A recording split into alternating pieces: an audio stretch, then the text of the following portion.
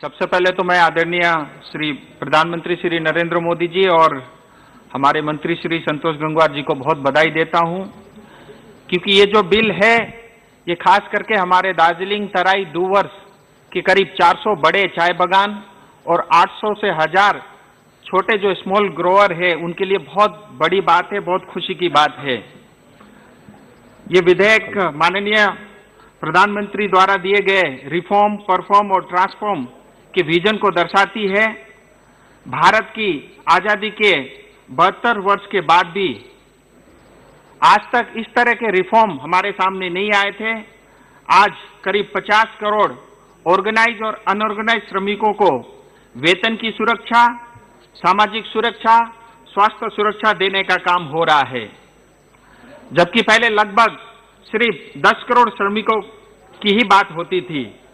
अब ये 4 labour code के माध्यम से करीब 29 श्रम कानून इसमें जो है समावित हो रहे हैं। वेज कोड जो पिछले साल ही पास हो चुका है, आईआर कोड, ओएचएस कोड और सोशल सिक्योरिटी कोड। ये बिल 2019 में ही अपने सामने आ गया था, लेकिन इसे संसदीय समिति को भेज दिया गया था और स्थायी समिति ने सभी स्टेक होल्डर, श्रमिकों और श्रमिकों के जो संगठन है, इंडस्ट्री के जो लीडर है, उनके जो एक्सपर्ट हैं, उन सब से इनपुट भी लिए और समिति द्वारा विभिन्न स्टेक होल्डर द्वारा दिए गए करीब 174 जो सुझाव है उसको भी अपना लिया गया है। अब सर, मैं इस बिल के कुछ मेरिट आपके सामने रखना चाहूंगा बहुत सरल भाषा में। ये बिल पास होने के बाद सभी मजदूरों को न्यूनतम मजदूरी यानी मिनिमम वेज की गारंटी देता है। मैं आपको उदाहरण के लिए बताना चाहूंगा, मैं चाय बागान क्षेत्र से आता हूं। 1951 प्लांटेशन लेबर एक्ट के कारण आज तक पश्चिम बंगाल में लोगों को मिनिमम वेज नहीं मिल रहा है। आज पूरे पश्चिम बंगाल में करीब 350 रुपए मिनिमम वेज है, लेकिन चाय बागान के मजदूरों को मात्र 176 रुपए प्रतिदिन मिलता है। अब इस कानून के पास होने के बाद पीएलए एक्ट 1951 अस्तित्व में नहीं रहेगा और श्रमिकों को पूरा जो है वेतन मिनिमम वेज मिलेगा। ये जो बिल है सभी मजदूरों को समान वेतन की गारंटी देता है, महिला और पुरुष मजदूरों को समान वेतन देता है। हर मजदूर को अपॉइंटमेंट लेटर भी दिया जाएगा।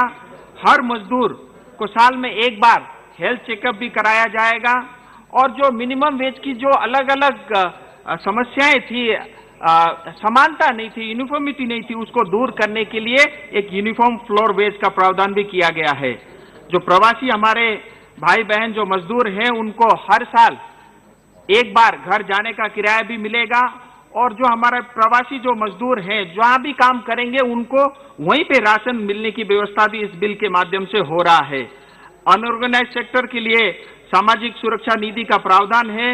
महिलाओं को भी मतलब रात में भी काम करने की व्यवस्था भी इस बिल के माध्यम से किया गया है और महिलाओं को सभी क्षेत्र में काम करने की भी इजाजत दे रही है ये बिल। और जब महिलाएं रात को काम करेंगी उनके लिए सुरक्षा की व्यवस्था भी करनी अनिवार्य होगी। अनऑर्गेनाइज और ऑर्गेनाइज क्षेत्र में सभी मजदूरों को पेंशन, ईपीएफओ योजना का लाभ मिलेगा और मजदूरों को ट्रिब्यूनल में जल्द से जल्द न्याय मिलने की सुविधा भी है और ट्रिब्यूनल को कम से कम 1 साल के अंदर में उसके ऊपर में फैसला करना होगा। इसके माध्यम से लिटिगेशन बहुत कम होगा और लिटिगेशन जल्द से जल्द खत्म भी होगा और छोटी सी कंट्रीब्यूशन से भी ईएसआई अस्पताल के अंदर में इलाज की सुविधा होगी और ईएसआईसी सभी क्षेत्र में काम करने वाले मजदूरों के लिए खुलेगा। ईएसआईसी अस्पताल, दवाखाना एवं सर थोड़ा एडजस्ट करिए सर, 2-3 मिनट बस, अपने क्षेत्र के उस पर आ रहा हूं।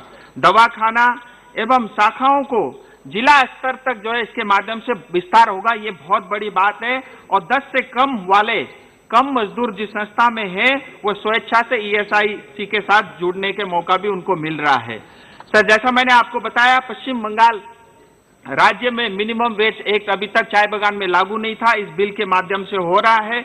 इस बिल के पास होने के बाद चाय बागान और सिंखोना बागान में काम करने वाले श्रमिकों को उनका पूरा अधिकार मिलेगा।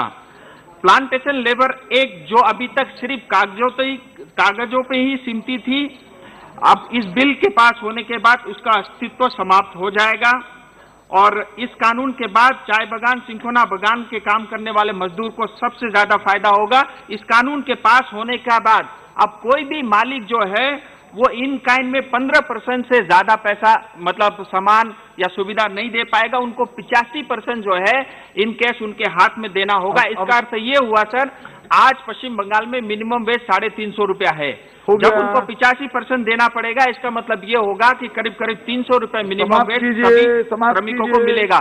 सर बस 2 मिनट और सर, इसके साथ ही जल्दी समाप्त कीजिए, 1 मिनट में बात पूरी कीजिए बस सर, 1.25 मिनट और सर मैं अपने क्षेत्र की एक बात कहना चाह रहा हूं सर, श्रमिकों को आज तक भूमि का अधिकार नहीं दिया गया है क्योंकि लैंड जो है स्टेट का सब्जेक्ट है।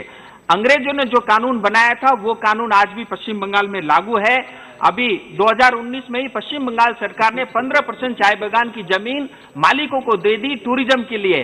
मैं उसका स्वागत करता हूं, लेकिन उस जमीन पे मालिकों से ज्यादा अधिकार हमारे श्रमिकों का है। तो मैं आपके माध्यम से ये अनुरोध करता हूं, जिस तरह से FRA एक्ट 2006 इसी पार्लियामेंट से पास होकर के जो हमारे वन बस्ती में रहने वाले लोगों को जमीन का अधिकार दिया गया, इसी तरह से कानून पास करके जो हमारे श्रमिक चाय बागान और सिंकोना बागान में काम करने वाले लोग हैं उनको प्रजापट्टा दिया जाए। अंत में एक ही बात कहना चाहूंगा, हमारे पश्चिम बंगाल के मुख्यमंत्री हमेशा कहती थी पहाड़ हास्य, लेकिन पहाड़ को उन्होंने शमशान घाट बना के रखा हुआ है। मैं इस बिल पास होने के बाद इतना अपने लोगों से जरूर कहना चाहूंगा, इस बिल पास होने के बाद पहाड़ जरूर मुस्कुराएगा। बहुत बहुत धन्यवाद सर।